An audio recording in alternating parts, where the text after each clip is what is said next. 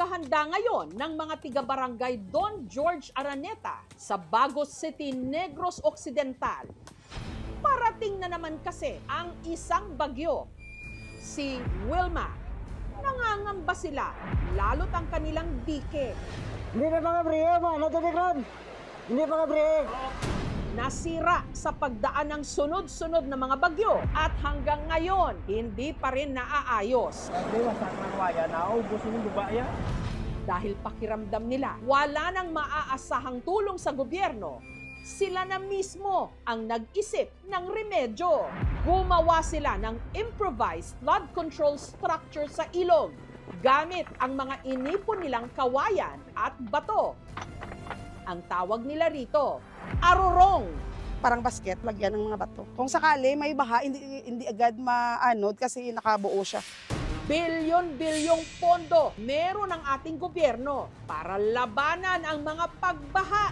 Pero ang mga kababayan natin, kahit matanda na ako, tumutulong pa ako para na ito sa magkasama namin na hindi na kami ladanasin ng baha.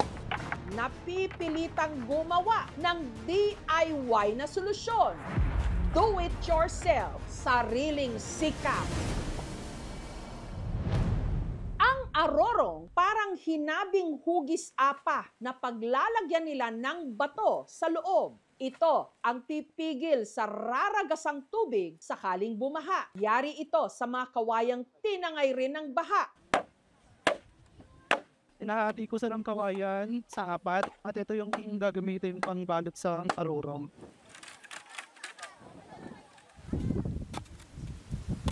Tinutulisa namin yung kawayan para hindi matumba. Nung naitayo na nila ang haligi, sinuksukan ito paikot ng mahahabang pinakinis na kawayan. Kailangan siyang salitan para maging matibay. Parang naghahabi lang. Matapos ang kalahating oras, nakabuo na sila ng isang arorong. Pinagtulungan nila itong ilipat malapit sa nasirang dike.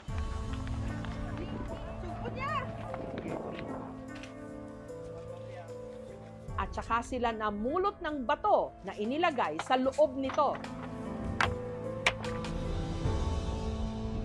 Ang barangay Don George Araneta kasi nakatindig malapit sa Maragandang River. Noong dekada 70, nagbayanihan na raw ang mga residente rito para mapatayuan ang isang bahagi ng ilog ng dike. Itong dike na to, mga mula pa noon sa aming mga tatay, sila yung nagtutulong-tulong para magawa ito. Ginagawa nila itong mano-mano, pasan-pasan din lang. Mahigit 50 years na, pero andyan pa rin siya. Kahit na medyo nasira-sira lang, at least napakinabangan pa rin. Yung purok na nakinabang dito, mga 5.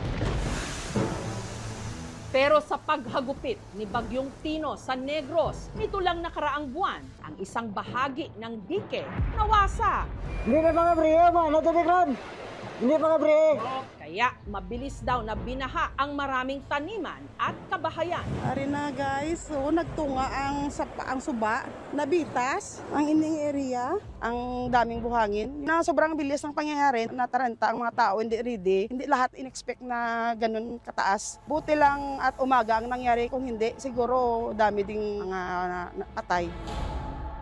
Isa pa sa mga pinalubog ng baha ang bahay ni Lester. Kala ko kana lang yung umapaw. Yung pala ilog na umapaw. Kasi yung tubig parang yung mga putik pang dala. Siguro na trap ako dito kung di ako malis. At nung balikan niya ang kanilang bahay, nanlumo na lang siya sa kanyang naabutan. Ito ngayon na dinaanan ng bagyo, ng tubig. Kaya nasira to. Wala na mga gamit ko, gaan ko dito, washing ko, TV ko, wala na. Dahil sa pagsasaka, napundar namin to. Remembrance lang siya na yun. Kasi wala tayong magawa. Tubig yun eh. Si J.Ann naman, buong bahay nila ang tinangay ng baha. Ito na lang po yung natira sa aming bahay na pinundar po. Haligi po ng bahay namin.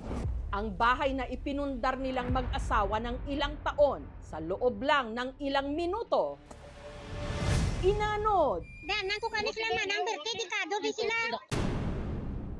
Hindi man po namin in-expect na ganun po mangyari sa amin. Hindi na po namin alam kung paano po kami makaahon ulit po ng paano po kami ulit makabahay ng ganun.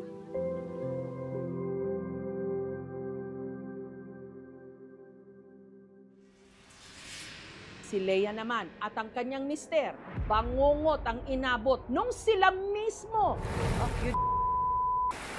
ang tinangay ng baha. Diyan ako nakakapit sa suwa na yan. Kung nakabitaw ako, di wala na ako, patay na ako ngayon. Masakit talaga. Ilang araw kong hindi makatulog sa isip na isip kung paano naman kami mag-ano ng buhay namin. Pag makita ko ng tubig, yan natatakot na ako. Kaya ganun na lang daw ang takot ni na Lester, Jayan at Lea nung nabalitaan nilang meron na namang paparating na bagyo sa Negros. Nakabahan po ako ngayon, hindi ko po maiwasan na mag-joma po ulit. Dahil dito, hindi na raw sila nag-atubili pang tumulong sa paggawa ng mga arorong sa ilog. Na siya na lang daw nilang pag-asa kung sakaling magkaroon muli ng grabeng pagbaha. Kahit matanda na ako, nagtutulong pa rin kami sa bayan dahil kami man dyan ang maanan dito pag hindi namin to ginawa doon. Ang paggawa ng arorong, ideya ni Cecilia. Initiative lang para mas madali, para mas buo yung bato kaysa magpa-pile-pile kami na mahirap siyang gawin. Kahit pansamantala, ginagawa namin kasi wala namang matulong sa amin. Parang naawa ako sa kanila na wala man ako ipasweldo sa kanila. Pero yun nga, tumulong sila. Sabi ko sa kanila, sana may dumating na biyaya na kahit konti makatulong din sa inyo. Ang pamunuan ng barangay, gumawa rin ng paraan para mas lalong tumibay ang mga arorong. Hiram tayo sa city ng backhoe, nilagyan natin ng mga material galing sa ilog para lalong mas tumibay. In case na halimbawa na lumaki ulit yung tubig, hindi na basta-basta na masira. May pondo naman daw sana ang barangay na pwedeng gamitin sa mga sitwasyong katulad nito. Yun nga lang, bukod sa kakarampot, hindi pa raw nila ito magamit dahil sa unliquidated budget di umano ng nakaraang administrasyon ng barangay. 1.2 million unliquidated hanggang ngayon. Kaya hanggang ngayon nakaano pa rin tayo, nakapako pa rin tayo. Pwede natin magamit to para sa decade doon na nasira. Kahit papano, malagyan natin ng simento yan dyan, tsaka mga bato para mapagtibay lang naman. Sa previous administration, ilang beses naman natin sila tinatawag pero hindi sila pumupunta dito. Sinubukan naming kunan ng pahayag ang dating kapitan ng barangay pero tumanggi itong magpa-interview dahil meron daw siyang sakit. Nalaman ng aming team na hindi lang pala ang mga tiga-barangay Don George Araneta ang dumiskarte para hindi sila anurin ng baha. Sa barangay Binubuhan na nasa gilid din ng Maragandang River, nasira naman ang kanilang tulay nung humagupit din si Bagyong Tino. At para raw makatawid ang mga residente, nagbayanihan na rin sila para makagawa ng kawayang tulay. Kung totoo sa'yo, hindi kami dapat ang gumawa nito. Kasi may gobyerno naman tayo. May gobyerno naman tayo na maraming pera. May gobyerno naman tayo sana natutulong. Pero ayaw na namin maghintay. Ang gobyerno, kumbaga, kailan pa? Samantala ngayon, kailangan na namin gumawa naman kami ng sarili namin. Pinuntahan ng aming team ang local government unit ng Bago City para kunin ang kanilang reaksyon. You cannot keep them from that sentiment na pinapabayaan ba sila. Hindi mo naman po masisi sila po. Hindi mo naman po sila mapigilan na they will take action on their own also. Kasi po we have to evaluate all the infrastructure na nasira. Cannot immediately dispatch a budget even if it's really important and emergency. It's hard. We are in government, we have to follow also the procedures. As far as I know in that area, wala pong project na flood control dyan. Siguro as soon as we have the budget, paggawa naman na kagad yan. Samantala, dahil biglang bumuhos ang ulan, natigil muna sa paggawa ng arorong ang mga residente. 2 arorong lang ang natapos namin. Try namin bukas na bumalik naman dito. Hindi kami sure kung talagang makakatulong pa, pero sure kami na hindi talaga ito matibay. Kaya ang hiling nila ngayon, mabigyan sila ng sarili nilang flood control project. Kung wala kami magawa, siyempre, tiisin na lang. Sana kinurakot nila, dyan tulong lang nila sa nangailangan. Itago pa nila, mamatay sila, hindi naman nila madala yun. Huwag niyo pong nakawin yung mga pera kasi po kailangan namin din dito ng mga pera para sa aming flood control po. Kaming mahirap na rin talaga. Sila, mayaman. ganyan na talagang buhay namin. Kung mayroon lang kaming pera, ayaw na namin magtiis. Kaya lang, wala kaming pera, kaya magtitiis kami, magtatrabaho kami. Wala na kaming choice. Kung ang ibang distrito, kakarampot o halos walang budget ang mga proyekto, sa ibang lugar naman, tiba-tiba. Sa inilabas na listahan ng PCIJ o ng Philippine Center for Investigative Journalism kamakailan, makikita ang 15 mga distrito na nakatanggap di umano ng lion's share o pinakamalaking parte mula sa espesyal na pondo ng DPWH. At ang nanguna sa listahan, ang unang distrito ng Ilocos Norte, kung saan ang tumatayong congressman, ang presidential son, Sandro Marcos. Sumunod naman sa kanya, ang Leyte 1st District, na distrito naman ng pinsan ng Pangulo, ang dating House Speaker Martin Romualdez. Sa PCIJ report, binansagan sina Congressman Marcos at dating Speaker Romualdez bilang pork barrel kings. At ang tawag daw sa pondong kanilang natanggap, allocables, na ayon sa PCIJ report, ang siyang bagong anyo ng pork barrel. Kahit pa matagal nang nagpasya ang Supreme Court na illegal ang pork barrel. Ang non-allocables, pondong hindi raw pwedeng galawin. Halimbawa, mga pasweldo. Ang allocables naman, pondong inilaan sa bawat distrito na gagamitin sa proyektong pipiliin ng kanilang congressman mula raw sa tinatawag na menu ng DPWH. Pwede itong ilaan sa pagpapagawa ng kalsada, mga building o hindi kaya flood control projects. Ang problema, ang allocables, hindi pantay-pantay sa lahat. Mula 2023, ang napunta di mano sa distrito ni Congressman Sandro Marcos, 15.8 billion pesos. 14.4 billion pesos naman kay dating Speaker Romualdez. Samantala, ang Negros Occidental 4th District na kinabibilangan ng barangay Don George Araneta, 3.6 billion pesos. Depensa ng dating DPWH Secretary Manuel Bunoan at ni-resigned DPWH Undersecretary Cathy Cabral. Meron daw kasing sinusunod na formula na ang nakakaalam daw ilang tao lang. Meron kayong tinatawag na allocable. How much percent is that? A legislative allocable for House and the Senate, approximately 50% of the budget seat. Meron kami kasing the allocation, Your Honor, under the NEP. This will determine actually what would be the allocable amount per legislative district. Ang formula pong yun, ay kahit kailan po ay hindi na ipaliwanag sa amin ni Yuse Cabral. Malaki siyang red flag, no? Kasi pondo natin to eh. Kailangan ng transparency kung paano nag-arrive sa mga formula na to. Kailangan i-explain bakit kaya yung mga kamag-anak ng presidente yung pinakamaraming nakuha. Valid kaya yon? Is it science-based? Delikado yung ganong sistema, no? Na mga politiko yung nagde-decide kung magkano yung napupunta sa kapwa nilang mga kongresista. Ang puna ng iba, hindi na ito bago. Tila nagbagong anyo lang ang pork barrel. Bakit nauna yung funding saka palang maghahanap ng items? Hindi po ba dapat may items nanggaling sa RDC bago po pondohan? Ang pagkakaiba is kung dati, milyon-milyon lang yung pork ng bawat kongresista. Ngayon, umaabot siya ng bilyon-bilyon. Ayon sa ICI, may mahigit 150 flood control projects sa Ilocos Norte at karamihan daw sa mga ito nakuha ng mag-asawang Curly at Sara Diskaya. Matatandaang noong November 13, nagtungo sa Ilocos Norte ang ICI o Independent Commission for Infrastructure. Ininspeksyon nila ang ilang flood control projects doon. O walang ghost na kita. Yung may iwan na mga engineers dito, titingnan pa nila ibang mga projects.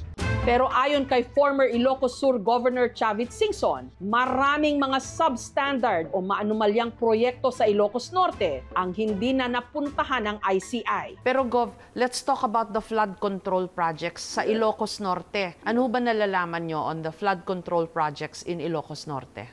Si Sandro, nandun din ang anomalya. The third biggest flood control, nandun yung mga ghost project, Pagpunta nga ni ICI, ginanlang niya ng kamay, natatagal na semento. Substandard. So hindi na pinuntahan yung mga ghost project. Umalis na kagad sila. Any reaction or comment on this na sinabi po ni Chad and Simpson? We are transparent. We will go to every part of the country. Ang hindi ko alam, sinasabi ni Sandico, involved si Sandro. Pati po si Congressman Sandro Marcos, meron din pong pinapasok taon-taon. Lahat-lahat, ang kabuuan ay 50.938 billion pesos. Ganun kagahaman. And I'm always telling everybody, greediness is the downfall of every leader. Sobrang sakim. Kaya yan ang downfall ang mga Marcoses. Sa gitna ng mga akusasyon, nito lang Huwebes, voluntaryong humarap si Congressman Marcos sa ICI para magbigay ng kanyang panig. I came here on a voluntary basis so I could help the ICI on their investigation. Do you confirm that you submitted to the Commission a letter requesting for an executive session? Yes, sir, we do. We grant your request. With regards to how it went, kung ano man ang mga tinanong nila, I have given the ICI full authority, if they deem fit, to release the video of my testimony. Sir, yung allegations ni dating Congressman Zaldico, natalakay ba siya sa hearing niyo? It's pure fabrication and pure lies. It's a move that reeks of desperation. It's a political ploy. And I've already attributed it to attempts at destabilization of the government. Tinanong siya ng mga reporter tungkol sa issue ng allocables, pero pinutol na niya ang interview. Sinubukan naming kuhanan ng panig si Congressman Marcos, pero hindi pa sila tumutugon habang ginagawa ang report na ito. Naglabas din ng official statement si dating House Speaker Romualdez sa kanyang social media account tungkol sa issue. I willingly submitted myself to the ICI's fact-finding process, appeared voluntarily, and remained in the country. Throughout all these proceedings, no sworn or credible evidence has ever linked me to any irregularity, and again, my conscience remains clear. Samantala, inimbitahan din ng ICI si Davao City 1st District Congressman Paulo Duterte, anak ng dating Pangulong Rodrigo Duterte. Dahil naman sa di umano red flags o mga kahina-hinala sa kanyang flood control project sa Davao. Ayon kay Association of Concerned Teachers Party List Representative Antonio Tino, sa Davao City noong 2019 hanggang 2022, meron namang 121 flood control projects doon at 80 sa mga ito nagkakahalaga ng 4.35 billion pesos. Maituturing daw itong red flags o kahina-hinala dahil may duplicate, overlapping contracts, double funding, location changes, overpricing o kontrata na hindi malinaw ang specifications. Pero hindi humarap si Congressman Duterte sa hearing ng ICI. Siya bilang kinatawan ng distrito. Ang pangunahing kailangang magpaliwanag kung meron nga bang anomalya o wala. So ito ang iniiwasan niya. I am a sitting member of Congress. Considering that ICI is a creation of President Marcos Jr., the ICI appears without power nor jurisdiction over me. Sinubukan naming kunan ng pahayag si Congressman Duterte pero hindi pa sila tumutugon habang ginagawa ang report na ito. Hindi pa mga brema, natutunan. Hindi pa mga bre. Bilyones ang bumabaha sa ilang mga distrito. Para bang sila lang ang anak ng Diyos na may karapatang magpagawa ng mga proyekto panangga sa mga pagbaha.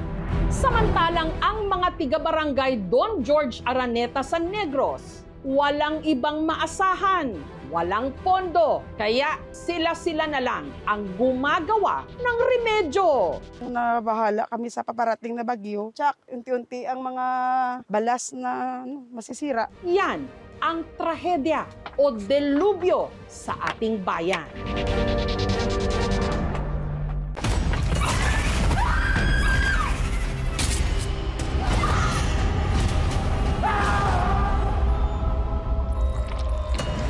Alangga ko ikaw, Apo.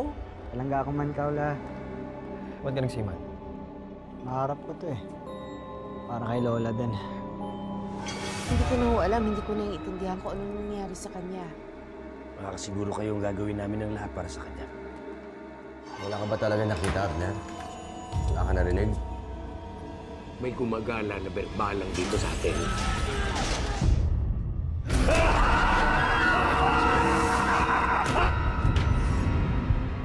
Ang mga nangangambang puso't isip, ginagamit yan ng demonyo para kumapit sa kaluluwa ng tao. Alam mo kung sino yung dapat mong ipagdasal na hindi mo makita? Si Pochong. Kumakain ng patay, may mata ng pusa, may pakpak ng pangke, lumalakas kapag kabilugan ng buwan. Mag-iingat ka sa masusunod mo sasabihin. You know about the Pochong? Please refrain from talking about Pochong. Do not attract its attention. Father Rex, yan po bang pinakamatinding sanik na naharap ninyo? Hindi ako titigil hanggang hindi ako nakapaningin. Hindi tayo papatay. Kakampi natin ang Diyos. Huwag sumamangita sa akin! Ha? Masusunod ang kaluluwa mo, Silvierno! Mapatawad ang Diyos sa lahat ng lumalapit sa kanya!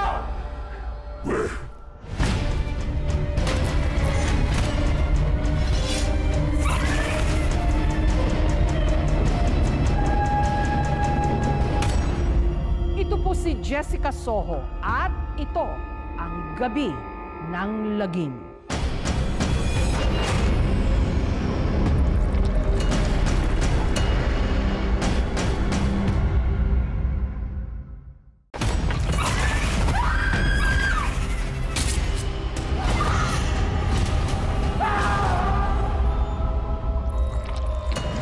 Alangga ko ikaw, Apo.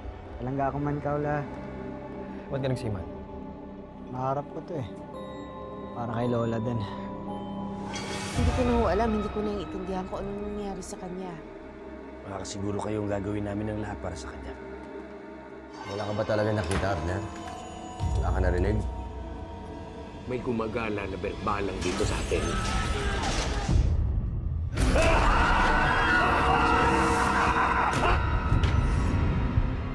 Ang mga nangangambang puso't isip, ginagamit yan ng demonyo para kumapit sa kaluluwa ng tao. Alam mo kung sino yung dapat mong ipagdasal na hindi mo makita?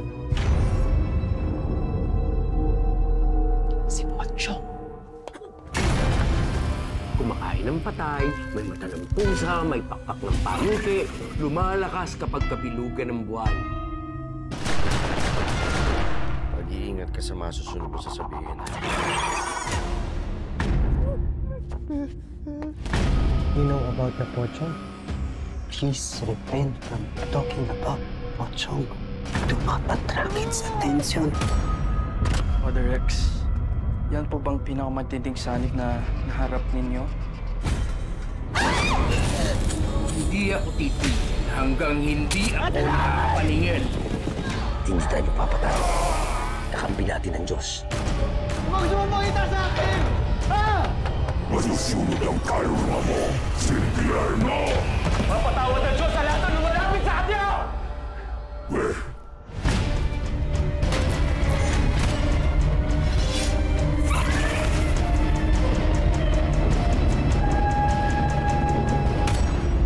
Ito po si Jessica Soho at ito ang Gabi ng Lagim.